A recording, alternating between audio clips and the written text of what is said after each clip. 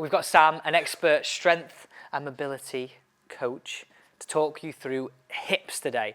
Now, we all know they're important. We see videos on there, Sam, saying, don't move your hips, do move your hips. But in reality, the hips want to move. Just a lot of golfers move them in the wrong way. Okay. But getting it right, you can actually access more yards with your irons, with your driver, and actually start the downswing correctly. So I'm just going to make a few swings here, Sam, and after I've made a couple, I want you just to come in and describe technically from your expert point of view what these hips are doing, because we've got 2 exercises today that are going to help you move the hips easier, better, and actually in the right way. What I'd say is, and you'll correct me here if I'm wrong, Sam, having better mobility means the hips can actually probably do what they want in the golf swing, right? Yeah, for sure. If your hip mobility, your internal rotation or external rotation is restricted, you're not going to be able to get into the correct positions that you're trying to get your students into, because they physically can't get into those positions. So create the range of motion first. And that, when we're saying correct positions, that might be like early extension, that might be sliding.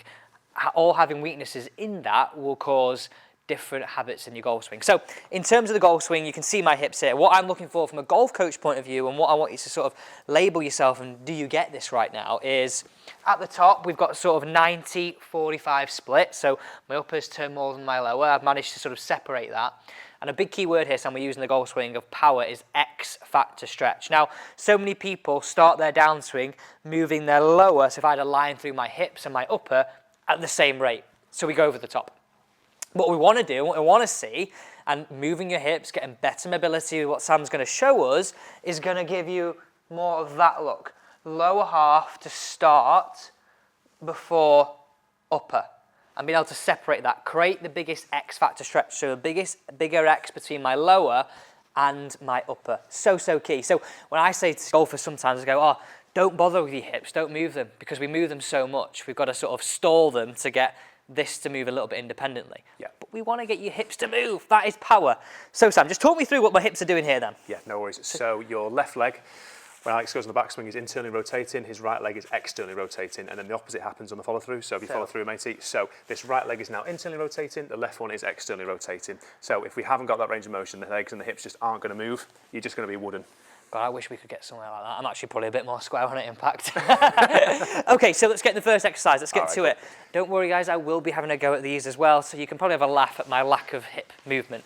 It's funny, you know, I see some golfers have so much better hip mobility in the backswing because we stand there all day and do this and do this, whereas actually we need to be better at separating upper and lower, so having better hip range of motion on the downswing, really. I never knew that, to be fair, about turning the hips before turning the body, so yeah, I'm learning a lot today. Sam's getting into his golf. 18 handicap-ish? On a good day. Don't 1 in every 10 rounds. So we're going to work on, just like we described before, internal rotation and external rotation. Going to give you 2 variations for this, because this is a challenge. I'm going to get you to try and do the full version in a minute, just to expose you a little bit. See how your hip mobility is.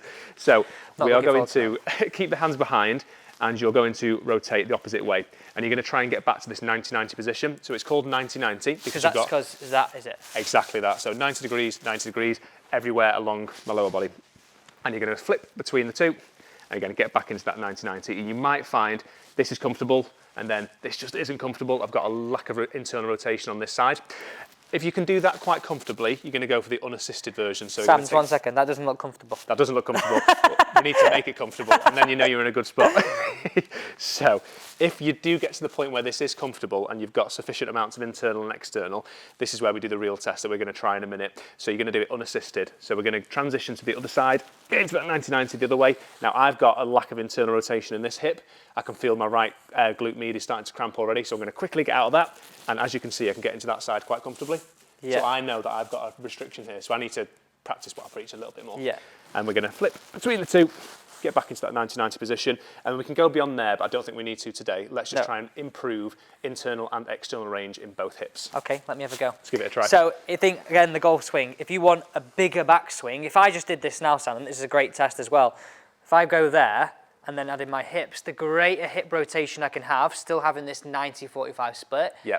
More potential here, but also more separation and more mobility and range of motion here. Look how much more I can get open at impact. And we all want to see that position. We all can sort of falsify it sometimes like this. that's no good unless you can actually do it in play. And when we're doing it at speed, it's also harder to do because the body's under more strain. And this whole idea of these videos is for you to steal some yards, right? It's all about improving your golf swing, this channel, and improving your golf. But unless you're doing things physically as well, you need them to go hand in hand if you want to really make a difference. Okay, now time for a laugh. Right, so how am I starting this? Oh my God, even just getting down. Yeah, so, sorry mate, it's a tough drill this. So we're going to get into that 90-90 position. Is that right? So almost. You've got to be quite... Like more that way. Yeah, that's cool. Got to be quite particular about this, about the degrees, about the angles. So try and get this foot a little bit further up for me, matey. There you go, 90 degrees, so I can tell that's already quite uncomfortable. It's here. Loads of internal rotation going on here, bit of external rotation going on over there. Hands behind you, lean back slightly, make it a bit easier for yourself, and you're going to rotate the other way. So you're going to open up this one first. There you go, and then you're going to follow with that one, and you're going to try and get back into that 90-90 position. So turn that ankle that way for me. Are you struggling? Oh yeah. Bring this one in a little bit. I can't. There we go. And then let's go back the other way. Should that be more flatter? More down? I feel like this is really high in the air. Yeah, it is a little bit high in the air. So it's good that we've discovered this. We can work on improving this. So I would genuinely practice this one. It's a really tough drill, this, but we scale it by getting those hands a little bit further back. So if you go further back for me, Alex. I don't think I could put my hands in the air. Not going to be able to do it. Don't worry. Try where we are now. Let's go back the other way. Is that a little bit easier? Being a little bit further back? A little bit. A little and bit. I class myself as a pretty good golfer, and I'm struggling with this. Yeah. So I could steal some yards myself here. Yeah, no worries. Let me give you, so it looks like Alex is struggling with a bit of internal rotation there. I'm going to give you another stretch for it that's a little bit more aggressed. Okay. Is that all right? Yeah, cool, 100%. Look at this. I'm here helping you. I'm much helping myself here. So the next one you're going to do instead is going to be on your back. Yeah. And you are going to cross your leg over the other knee, and you're going to drag it to the floor. And this is going to be a bit of a passive stretch. We're going to work on internal rotation on this side, because that looks like something we're struggling with. I think a lot of people will be the same though, Sam, to be fair, mate. Yeah. Like, I would class myself, I thought I was pretty flexible and pretty mobile for golf. Yeah. And I think even listening to this, you might think yourself, I'm not sure, right, but I've just done that test there, / drill, / exercise, and I've really struggled with that. Yeah. So how am I doing this again? Talk me through it. If you could talk me through it up here, and I'll lie on my back. So cross one leg over, so you're going to get your foot on that side there, bring this foot a little bit further in front, no, further away, There you go, that's it, mate. And you're going to internally rotate like that. Cool, try and, there you go, you should be getting a bit of a stretch around here, deep inside the hip. Bit of a stretch? Yeah, just a little bit. Cool, and then let's try the other side. So you're going to cross that leg over that way.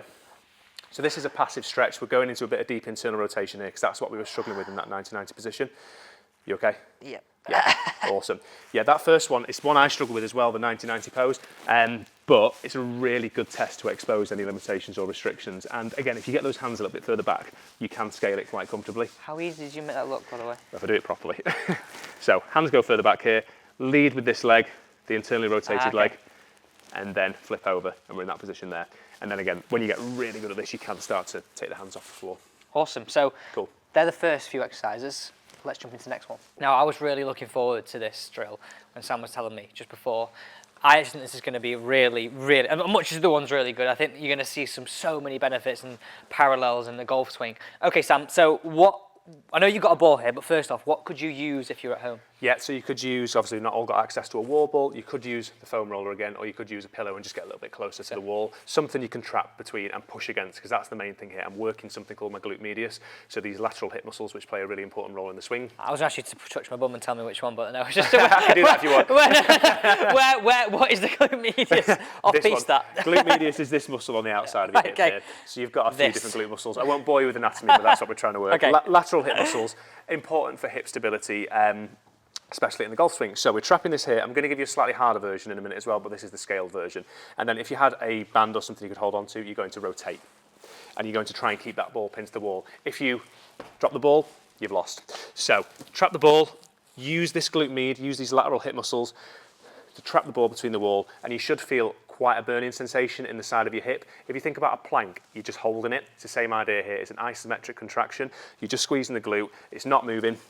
And you're going to do that whilst you rotate around as much as you can. So you are getting some thoracic benefit out of this as well. But my left bum cheek is on fire right now. Just in time for the harder version. So the harder version, you're going to take your foot off the floor. And just to interrupt, Sam, I think there's like golfers will see like the glutes are such a stability part of the golf swing. Like if you've got weak glutes, you will early extend. If you've got weak glutes, you will struggle to open up your hips. So in a nutshell, this is why I think so many people will go, oh, I can see I'm sort of in golf posture there. I'm sort of over in this. Yep. There's so many parallels. I know there's so many benefits to doing the other exercise, but I think people can get really on board with this one. Yeah. I had to rest because my glute was on fire. I was helping you out, really. Thanks, mate. So it's a single leg hinge. That's what you're doing essentially. It's a single leg hinge. The slightly harder version, by all means give this a try, but if you can't, just resort to putting your foot back down on the floor. You're going to take that foot off the floor. I'm really testing myself now. And again, I'm trapping that ball. Both of these hips are firing hard now. As soon as you take that foot off the floor, you'll feel this one kick in a lot harder. And again, you're going to rotate. You'll experience this in a second. So I'm strengthening those lateral hips, strengthening the glute medius. Those muscles play quite an important role in stabilising the hips during the golf swing. And again, you would do both sides. So switch the other way, trap the ball, single leg hinge, foot off the floor, and then you're going to rotate. So we're talking backswing and downswing here for everybody in terms of golf swing. Yeah, important to work both and try and keep yourself nice and symmetrical. Right. Do you want to give it a try? Yeah, I think it's time for me to have a laugh. Talk me through it as if I was a complete novice at this, because a lot of people were looking at this going, oh, I don't want to do exercise, I don't feel it's important, I might feel like I'm too old. Yeah. This is for everybody. We're trying to really help you improve your golf game right now. So talk me through it as if, like, I mean, to be honest, I don't know what I'm doing really, apart from you just showing me here. No worries. So talk me through this. So that against the wall. You're going to trap that there, take a step forward with this one. Obviously, we'd never stand in this split stance when you do the golf swing, but we're not in golf stance. We're just trying to strengthen the glute med. Okay, whilst keeping the foot connected to the floor. So we're going to turn this way. So am I doing both hands? Yeah, both hands. Imagine you're holding onto like a band or holding onto a ball, and you could rotate like that. Perfect, there you go, cool. Oh my God, it's on fire. Push the ball against the wall. You are working both glute meds when you do this, but as soon as you take your foot off the floor, you're going to feel this left one kick in quite hard. Yep.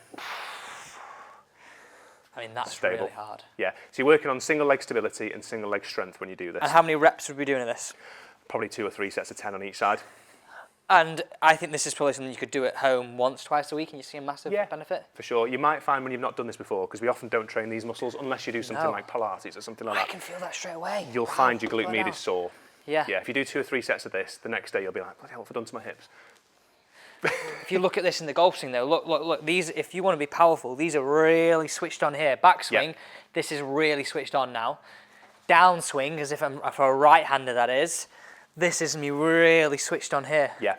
If I put my hand here, that's like rock hard. Yeah, yeah, perfect. It reminds me of another exercise called a hip hitch, which we could save for another video. Perfect. Well, that'll be a little teaser for the future for you. Like with all these exercises, you might not get to the maximum reps straight away. You might find it hard, but it's like running a 5K for the first time. You might only do 3, you might only do 2K, but over time you'll get better and better at this. Now you mentioned a minute ago, Sam, about feeling your hips and them being a bit sore. So if they do feel sore, would you have like a day off and then do it the next day? Yeah, potentially, and the last thing you want to do is interfere with your golf game, because obviously all this is to get better. So if you go up to the drive and you're like, my hips are killing me, I can barely swing the club, you've probably done a few too many. You want to give yourself less sets and less reps and less intensity. If you can, I would try and do like 2 or 3 sets on each side, maybe twice a week to begin with, something like that. If you've never done anything like this before, or if you've never strengthened your glutes before, and then just build up, build up, build up. So if you've got a game on a Saturday, probably do it like Monday, Wednesday. Give yourself some time. Don't do it Friday night, don't do it Saturday morning, because like I say, the last thing you want to do is interfere with your actual golf swing because your hips are just so sore. Don't get me wrong, when you do this for the first time, you probably will have a sore glute medius. After you've done it a couple of times, that will disappear. Amazing. Well, thanks, Sam. Thank you. Thank you for watching, and don't forget to subscribe.